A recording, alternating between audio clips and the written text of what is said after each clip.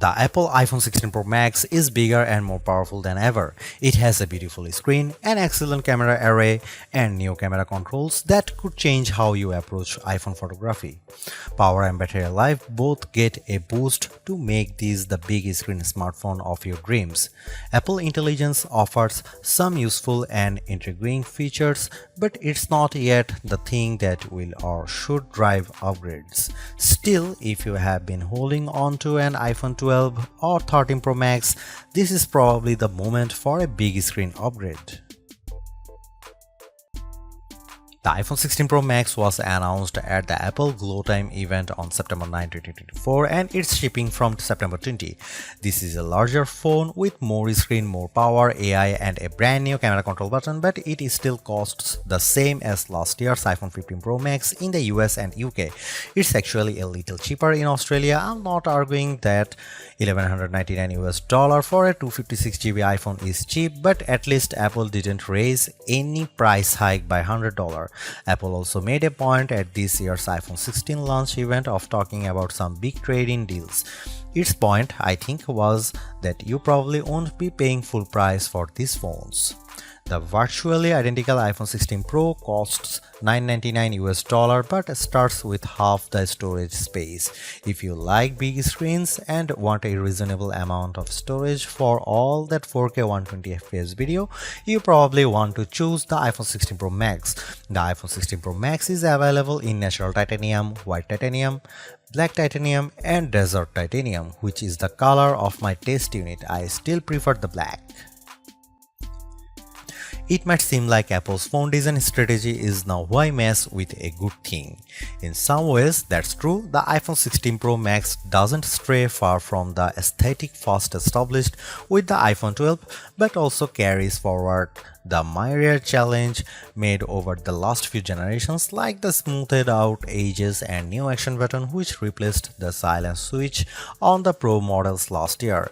Its dimensions are close to those to the iPhone 15 Pro Max but enlarged by a few millimeters here and there. The 16 Pro Max is 163mm by 77.6mm by 8.25mm and weighs 227 grams. That's 6 grams heavier, 3.1mm taller, and 0.9mm wider than the iPhone 15 Pro Max. If you are comfortable holding and using the iPhone 15 Pro Max, I suspect you will have no trouble with the iPhone 16 Pro Max. I can't say the new phone feels substantially larger in my hand, but I do notice the difference in screen size. The bottom edge features microphone and speaker perforations, along with a USB-C port that, with the right cable, can support Thunderbolt 4 data transfer speeds. There's also a speaker slot along the very top edge of the display. Together with the bottom edge speaker, this phone can produce undistorted room-filling sound. Highs are sharp, mids are strong, and bass is good for the device size. Button placement is mostly identical to last year, with the volume buttons and action button on one side and the larger power or sleep or CD button on the other side. They are joined, however, by a new button, camera control, roughly the same size as the power button. The camera control button is a multi-purpose control that can recognize physical presses and lighter presses to enable haptic response and gestures. It offers instant access to the camera and with those other presses and gestures to various virtual millimeter lenses and camera settings. The materials and build quality are once again excellent. Apple used grade 5 titanium on the body over a graphite-clad aluminum substructure. Apple has also upgraded its ceramic shield, which may make it less susceptible to cracks and scratches, although I was quite careful with my 1TB desert titanium test unit, so I can't say for certain if this is the case. Okay, I did get it wet, purposely running the IP68 rated iPhone 16 Pro Max under a garden sprinkler. It was fun to watch the screen activating as it was touched by 1,000 tiny fingers when it was just water droplets, but the phone was otherwise unmoved and unharmed by the deluge. Sometimes I wonder how Apple might say its next screen technology. Will it add duper to it so it becomes super duper Retina XDR display? I mean, it may have boxed itself into a corner, but Apple skirted the issue this year by leaving its iPhone display technology pretty much untouched. This is a giant screen 6.9 inches, achieved through a combination of a slightly larger chassis and pleasingly thinner bezel. There are more pixels than last year. The iPhone 16 Pro Max screen is 2868 by 1320, while the iPhone 15 Pro Max is 2796 by 1290. There's more pixels but not a higher density. This is still 460 ppi and so falls behind the Samsung Galaxy S24 Ultra's QHD Plus display, at least on the ppi front. Apple also didn't mess with the dynamic island, which remains a useful and fungible information peel in the upper portion of the screen. It houses Face ID, depth sensors, and a 12 megapixel true depth camera. The camera takes excellent selfies and is my go-to for biometric unlocking. While the display's core specs haven't changed, they are worth noting. It's a wide color gamut screen that supports HDR True Tone always on display, means you can see a less saturated version of your lock screen without unlocking the phone, 2000 nits of peak brightness outdoors, and Pro Motion. Speaking of which, everything I did on the iPhone 16 Pro Max looked fantastic. I don't even notice the dynamic island when it's inside one of my games, and streaming videos via the likes of Netflix tends to crop out the cutout. While Apple hasn't radically changed the iPhone's camera array, there are enough changes in hardware, software, and image processing, along with the aforementioned camera control button to make the imaging system feel fresh and new. On paper, we have just one notable megapixel upgrade, the 48 megapixel ultra-wide camera, which will not only improve wide-angle shots but has a measurable impact on macro quality.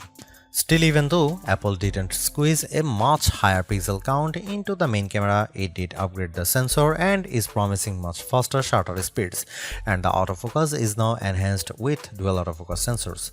These are the kinds of incremental changes that should improve both the experience of using the quality delivered by the main camera sensor, but they are also hard to measure. More on that in a bit. The 12 megapixel 5x optical zoom is essentially unchanged from last year's iPhone 15 Pro Max. The biggest news here is found not on this phone but on its little brother, the iPhone 16 Pro, which also gets the tetra prism lens. Last year's Pro model was stuck with a just 3x optical zoom camera. Similarly unchanged is the 12 megapixel FaceTime camera on the front. Here are some camera samples of iPhone 16 Pro Max.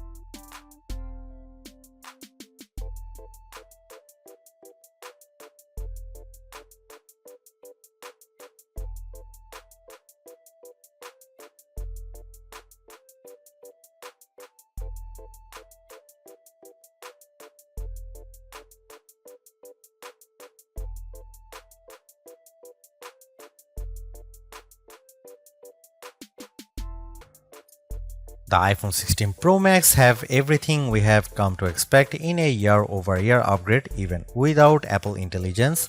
The 6.9-inch iPhone 16 Pro Max have a slew of upgrades including a good battery life, outstanding photo and video chops, and iOS 18. The iPhone 16 Pro Max are excellent phones worthy of a spot in your pocket if you can afford them.